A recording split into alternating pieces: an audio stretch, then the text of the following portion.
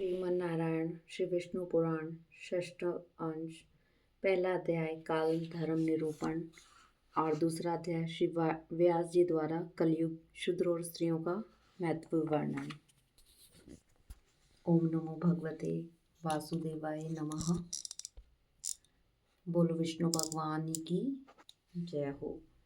पहला अध्याय कली धर्म निरूपण। श्री मैत्रेय जी बोले, हे मामुने, आपने सृष्टि रचना, वंश परंपरा और मनवंतरों की स्थिति का तथा वंशों के चरित्रों का विस्तार से वर्णन किया। अब मैं आपसे कल्पांत में होने वाले महाप्रलय नामक संसार के उपसंहार का यथावत वर्णन सुनना चाहता हूँ।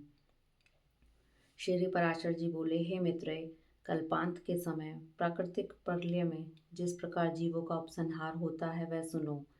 हे द्विजोत्तम, मनुष्यों का 1 मास, पितृगण का 1 वर्ष, देवगण का और 2 सहस्त्र, चतुर्युग ब्रह्मा का 1 दिन रात होता है। सतयुग, त्रेता, द्वापर और कली, ये 4 युग हैं। इन सब का काल मिलाकर 12,000 दिव्य वर्ष कहा जाता है। हे मित्रे, प्रत्येक मनवंतर के आदि, कृतयुग और अंतिम कलयुग को छोड़कर शेष सब चतुर्युग स्वरूप से एक समान है। जिस प्रकार आदि प्रथम सतयुग में ब्रह्मा जी जगत की रचना करते हैं, उसी प्रकार अंतिम कलयुग में वे उसका उपसंहार करते हैं। श्री मैत्रेय जी बोले, हे भगवान, कली के स्वरूप का विस्तार से वर्णन कीजिए, जिसमें 4 चरणों वाले भगवान धर्म का प्राय लोप हो जाता है। श्री पराशर जी बोले, हे मित्रेय, आप जो कलयुग का स्वरूप सुनना चाहते हैं, सो उस समय जो कुछ होता है वह संक्षेप से सुनिए। कलयुग में मनुष्यों की प्रवृत्ति वर्ण आश्रम धर्मानुकूल नहीं रहती और न वह ऋक् साम यजुर रूप त्रयी धर्म का संपादन करने वाली ही होती है। उस समय धर्म, विवाह, गुरु शिष्य संबंध की स्थिति, दाम्पत्य क्रम और अग्नि में देव या क्रिया का क्रम भी नहीं रहता।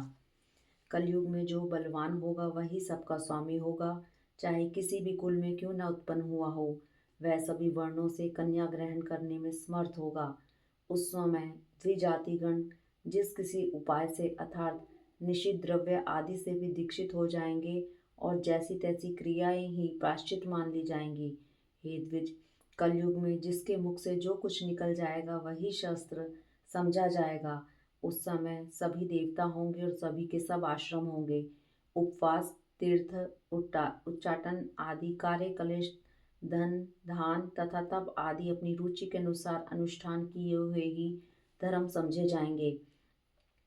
कलयुग में अल्प धन से ही लोगों को धनाढ्यता का गर्व हो जाएगा और केशों से ही स्त्रियों को सुंदरता का अभिमान होगा। उस समय स्वर्ण, मणि, रत्न और वस्त्रों के क्षीण हो जाने से स्त्रियां केश कलापों से ही अपने को विभूषित करेंगी।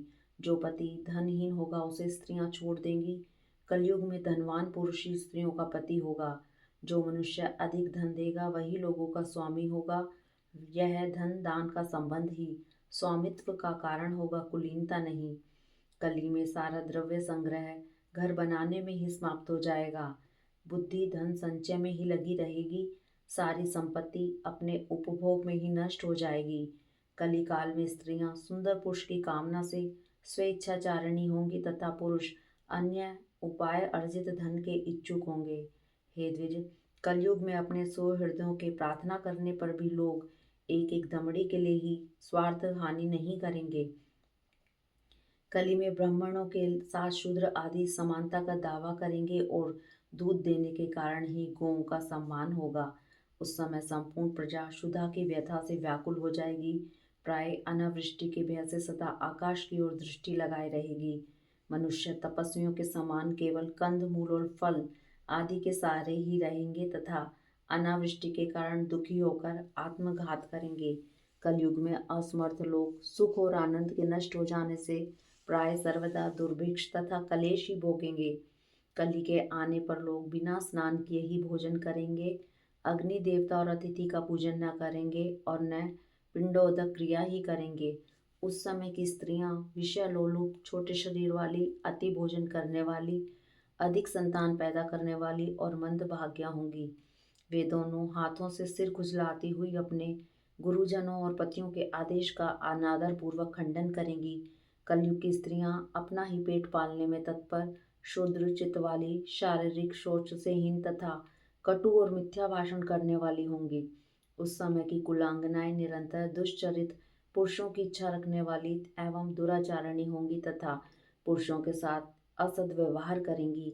ब्रह्मचारीगण वैदिक व्रत आदि से हीन रहकर ही वेदाध्ययन करेंगे तथा गृहस्थ गण न तो हवन करेंगे और न सत्पात्र को उचित दान ही देंगे। वानप्रस्थ ग्राम्य भोजन को स्वीकार करेंगे और सन्यासी अपने मित्र आदि के स्नेह बंधन में ही बंधे रहेंगे। कलयुग के आने पर राजा लोग प्रजा की रक्षा नहीं करेंगे बल्कि कर लेने के बहाने प्रजा का ही धन छीनेंगे। उस समय जिस जिसके पास बहुत से हाथी घोड़े और रथ होंगे वह ही राजा होगा तथा जो जो शक्तिहीन होगा वह ही सेवक होगा। वैश्यगण ऋषि कृषि वाणिज्य आदि अपने कर्मों को छोड़कर शिल्पकारी आदि से जीवन निर्वाह करते हुए शूद्र वृत्तियों में ही लग जाएंगे। आश्रम आदि के चिन्ह से रहित अधम शूद्रगण संन्यास लेकर भिक्षावृत्ति में तत्पर रहेंगे और लोगों से सम्मानित होकर पाखंड वृत्ति का आश्रय लेंगे। प्रजाजन दुर्भिक्षिक और कर की पीड़ा से अत्यंत उपद्रव युक्त और दुखित होकर ऐसे देशों में चले जाएंगे जहाँ गेहूं और जौ की अधिकता होगी। उस समय वेद मार्ग का लोप, मनुष्यों में पाखंड की प्रचुरता और अधर्म की वृद्धि हो जाने से प्रजा की आयु अल्प हो जाएगी। लोगों के शास्त्र विरुद्ध घोर तपस्या करने से तथा राजा के दोष से प्रजाओं की बाल्यावस्था में मृत्यु होने लगेगी। कली में 5, 6 अथवा 7 वर्ष की स्त्री और 8, 9 या 10 वर्ष के पुरुषों के ही संतान हो जाएगी। 12 वर्ष की अवस्था में ही लोगों के बाल पकने लगेंगे और कोई भी व्यक्ति 20 वर्ष से अधिक जीवित न रहेगा। कलयुग में लोग मंद बुद्धि, व्यर्थ चिन्ह धारण करने वाले और चित्तवृत्ति वाले होंगे, इसलिए वे अल्पकाल में ही नष्ट हो जाएंगे। जब जब धर्म की अधिक हानि दिखलाई दे तभी तभी बुद्धिमान मनुष्य को कलयुग की वृद्धि का अनुमान करना चाहिए। जब जब पाखंड बढ़ा हुआ दिखे तभी तभी महात्माओं को कलयुग की वृद्धि समझनी चाहिए। जब जब वैदिक मार्ग का अनुसरण करने वाले सत्पुरुषों का अभाव हो तभी तभी बुद्धिमान मनुष्य कली की वृद्धि हुई जाने। जब धर्मात्मा पुरुषों के आरंभ किए हुए कार्यों में असफलता हो तब पंडित जन कलयुग की प्रधानता समझें। जब यज्ञों के अधीश्वर भगवान पुरुषोत्तम का लोग यज्ञों द्वारा यजन न करें तब तब कली का प्रभाव ही समझना चाहिए। जब वेदवाद में प्रीति का अभाव हो तथा पाखंड में प्रेम हो तब बुद्धिमान प्राज्ञ पुरुष कलयुग को बढ़ा हुआ जाने। कलयुग में लोग पाखंड के वशीभूत हो जाने से सबके रचिता और प्रभु जगतपति भगवान विष्णु का पूजन नहीं करेंगे। उस समय लोग पाखंड के वशीभूत होकर कहेंगे, इन देव द्विज वेद और जल से होने वाले शौच आदि में क्या रखा है। हे विप्र, कली के आने पर वृष्टि अल्प जल वाली होगी, खेती थोड़ी उपज वाली होगी और फल आदि अल्प सार युक्त होंगे। कलयुग में प्राय सबके बने हुए सबके वस्त्र होंगे, अधिकतर शमी के वृक्ष होंगे और चारों वर्ण बहुधा शूद्रव्रत हो जाएंगे। कली के आने पर धान्य अत्यंत अणु होंगे परंतु बकरियों का ही दूध मिलेगा और खस ही एकमात्र अनुलोपन होगा। कलयुग में सास और ससुर ही लोगों के गुरुजन होंगे और हृदय हारिणी भार्या तथा साले ही सुहृद होंगे। लोग अपने ससुर के अनुगामी होकर कहेंगे कि कौन किसका पिता है, कौन किसकी माता। सब पुरुष अपने कर्म अनुसार जन्मते मरते रहते हैं। उस समय अल्प बुद्धि पुरुष बारंबार वाणी, मन और शरीर आदि के दोषों से वशीभूत होकर प्रतिदिन पुनः पुनः पाप कर्म करेंगे। शक्ति, सोच और लज्जाहीन पुरुषों को जो दुख होते हैं कलयुग में वे सभी दुख उपस्थित होंगे। उस समय संसार के सब अध्याय और षटकार से हीन तथा सब्धा और स्वाहा से वर्जित हो जाने से कहीं कहीं कुछ धर्म रहेगा, किंतु कलयुग में मनुष्य थोड़ा सा प्रयत्न करने से ही जो अत्यंत उत्तम पुण्य राशि प्राप्त करता है वही सतयुग में महान तपस्या से प्राप्त किया जा सकता है। इति श्री विष्णु पुराणे षष्ठम अंशे प्रथम अध्याय। दूसरा अध्याय श्री व्यास जी द्वारा कलयुग शूद्र और स्त्रियों का महत्व वर्णन। श्री पराशर बोले, हे माग, इसी विषय में महामती व्यासवेद ने जो कुछ कहा है वह मैं यथावत वर्णन करता हूँ, सुनो। एक बार मुनियों में पुण्य के विषय में यह वार्तालाप हुआ कि किस समय में थोड़ा सा पुण्य भी महान फल देता है और कौन उसका सुखपूर्वक अनुष्ठान कर सकते हैं। वे समस्त मुनिश्रेष्ठ इस संदेह का निर्णय करने के लिए महामुनि व्यास जी के पास यह प्रश्न पूछने गए। हे द्विज, वहां पहुंचने पर उन मुनिजनों ने मेरे पुत्र महाभाग व्यास जी को गंगा जी में आधा स्नान किए देखा। वे महर्षिगण व्यास जी के स्नान कर चुकने की प्रतीक्षा में उस महानदी के तट पर वृक्षों के तले बैठे रहे। उस समय गंगा जी में डुबकी लगाए मेरे पुत्र व्यास ने जल से उठकर उन मुनिजनों के सुनते हुए कलयुग ही श्रेष्ठ है, शूद्र ही श्रेष्ठ है, यह वचन कहा। ऐसा कहकर उन्होंने फिर जल में गोता लगाया और फिर उठकर कहा, शूद्र तुम ही श्रेष्ठ हो, तुम ही धन्य हो। यह कहकर वे महामुनि फिर जल में मग्न हो गए और फिर खड़े होकर बोले, स्त्रियां ही साधु हैं, वे ही धन्य हैं, उनसे अधिक धन्य और कौन है। तदंतर जब मेरे महाभाग पुत्र व्यास जी स्नान करने के अनंतर नियमानुसार नित्य कर्म से निवृत्त होकर आए तो वे मुनिजन उनके पास पहुँचे।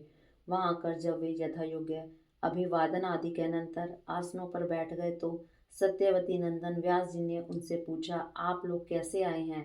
तब मुनियों ने उनसे कहा, हम लोग आपसे एक संदेह पूछने के लिए आए हैं, किंतु इस समय उसे तो जाने दीजिए, एक और बात हमें बतलाइए। भगवान, आपने जो स्नान करते समय कई बार कहा था कि कलयुग ही श्रेष्ठ है, शूद्र ही श्रेष्ठ है, स्त्रियां ही साधु और धन्य हैं, सो क्या बात है। हम यह संपूर्ण विषय सुनना चाहते हैं। हे मामुने, यदि गोपनीय हो तो कहिए, इसके पीछे हम आपसे अपना आंतरिक संदेह पूछें। मुनियों के इस प्रकार पूछने पर व्यास जी ने हंसते हुए कहा, हे मुनिश्रेष्ठों, मैंने जो इन्हें बारंबार साधु साधु कहा था उसका कारण सुनो। हे द्विजगण, जो फल सतयुग में 10 वर्ष तपस्या, ब्रह्मचार्य और जप का आदि करने से मिलता है, उसे मनुष्य त्रेता में 1 वर्ष, द्वापर में 1 मास और कलयुग में केवल 1 दिन रात में प्राप्त कर लेता है। इस कारण ही मैंने कलयुग को श्रेष्ठ कहा है। जो फल सत्य युग में ध्यान, त्रेता में यज्ञ और द्वापर में देव अर्चन करने से प्राप्त होता है, वही कलयुग में श्री कृष्णचंद्र का नाम कीर्तन करने से मिल जाता है। हे धर्मज्ञगण, कलयुग में थोड़े से परिश्रम से ही पुरुष को महान धर्म की प्राप्ति हो जाती है। इसलिए मैं कलयुग से अति संतुष्ट हूँ। द्विजातियों को पहले ब्रह्मचार्य व्रत का पालन करते हुए वेदाध्ययन करना पड़ता है और फिर सब धर्म आचरण से उपार्जित धन के द्वारा विधि पूर्वक यज्ञ करने पड़ते हैं। इसमें भी व्यर्थ वार्तालाप, व्यर्थ भोजन और व्यर्थ यज्ञ उसके पतन के कारण होते हैं। इसलिए उन्हें सदा संयमी रहना आवश्यक है। सभी कामों में अनुचित करने से उन्हें दोष लगता है। यहाँ तक कि भोजन और पान आदि भी वे अपनी इच्छा अनुसार नहीं भोग सकते, क्योंकि उन्हें संपूर्ण कार्यों में परतंत्रता रहती है। हे द्विजगण, इस प्रकार वे अत्यंत कलेश से पुण्य लोगों को प्राप्त करते हैं, किंतु जिसे केवल मंत्रहीन पाक यज्ञ का ही अधिकार है, वह शूद्र द्विजों की सेवा करने से ही सद्गति प्राप्त कर लेता है। इसलिए वह अन्य जातियों की अपेक्षा धन्यतर है। हे मुनि शार्दुलों, शूद्र को भक्ष्य अभक्ष्य अथवा पेय अपेय का कोई नियम नहीं है, इसलिए मैंने उसे साधु कहा है। अब स्त्रियों को केवल श्रेष्ठ कहा, यह बतलाते हुए पुरुषों को अपने धर्मानुकूल प्राप्त किए हुए धन से ही सर्वदा सुपात्र को दान और विधि पूर्वक यज्ञ करना चाहिए। हे द्विजोत्तम गण, इस द्रव्य के उपार्जन तथा रक्षण में महान क्लेश होता है और उनको अनुचित कार्य में लगाने से भी मनुष्य को जो कष्ट भोगना पड़ता है वह मालूम ही है। इस प्रकार हे द्विजसत्मो, पुरुषगण इन तथा ऐसे ही अन्य कष्ट साध्य उपायों से क्रमशः प्रजापत्य आदि शुभ लोगों को प्राप्त करते हैं, किंतु स्त्रियां तो तन मन वचन से पति की सेवा करने से ही उनकी हितकारिणी होकर पति के समान शुभ लोगों को अनायास ही प्राप्त कर लेती हैं, जो कि पुरुषों को अत्यंत परिश्रम से मिलते हैं। इसलिए मैंने तीसरी बार यह कहा कि स्त्रियां साधु हैं। हे विप्रगण, मैंने आप लोगों से यह कह दिया, अब आप जिसलिए पधारे हैं वह इच्छा अनुसार पूछिए, मैं आपसे सब बातें स्पष्ट करके कह दूंगा। तब ऋषियों ने कहा, हे महामुने, हमें जो कुछ पूछना था उसका यथावत उत्तर आपने इसी प्रश्न में दे दिया है, इसलिए अब हमें और कुछ पूछना नहीं है। तब मुनिवर कृष्णद्वैपायन ने विस्मय से खिले हुए नेत्रों वाले उन समागत तपस्वियों से हंसकर कहा, मैंने दिव्य दृष्टि से आपके इस प्रश्न को जान लिया था, इसलिए मैंने आप लोगों के प्रसंग से ही साधु साधु कहा था। जिन पुरुषों ने गुण रूप जल से अपने समस्त दोष धो डाले हैं, उनके थोड़े से प्रयत्न से ही कलयुग में धर्म सिद्ध हो जाता है। हे द्विज श्रेष्ठों, शूद्रों को द्विज सेवा परायण होने से और स्त्रियों को पति की सेवा मात्र करने से ही अनायास धर्म की सिद्धि हो जाती है। इसलिए मेरे विचार से ये तीनों धन्यतर हैं, क्योंकि सतयुग आदि अन्य 3 युगों में भी द्विजातियों को ही धर्म संपादन करने में महान कलेश उठाना पड़ता है। हे धर्मज्ञ ब्राह्मणों, इस प्रकार आप लोगों का जो अभिप्राय था वह मैंने आपसे बिना पूछे ही कह दिया। अब और क्या करूं? श्री पराशर जी बोले, तदंतर उन्होंने व्यास जी का पूजन कर उनकी बारंबार प्रशंसा की और उनके कथनानुसार निश्चय कर जहाँ से आए थे वहाँ चले गए। हे महाभाग मैत्रेय जी, आपसे भी मैंने यह रहस्य कह दिया। इस अत्यंत दुष्ट कलयुग में यही एक महान गुण है और इस युग में केवल कृष्णचंद्र का नाम संकीर्तन करने से ही मनुष्य परम पद प्राप्त कर लेता है। अब आपने मुझसे जो संसार के उपसंहार, प्राकृतिक प्रलय और अवान्तर प्रलय के विषय में पूछा था वह भी सुनाता हूँ। इति श्री विष्णु पुराणे षष्ठम अंशे द्वितीय अध्याय।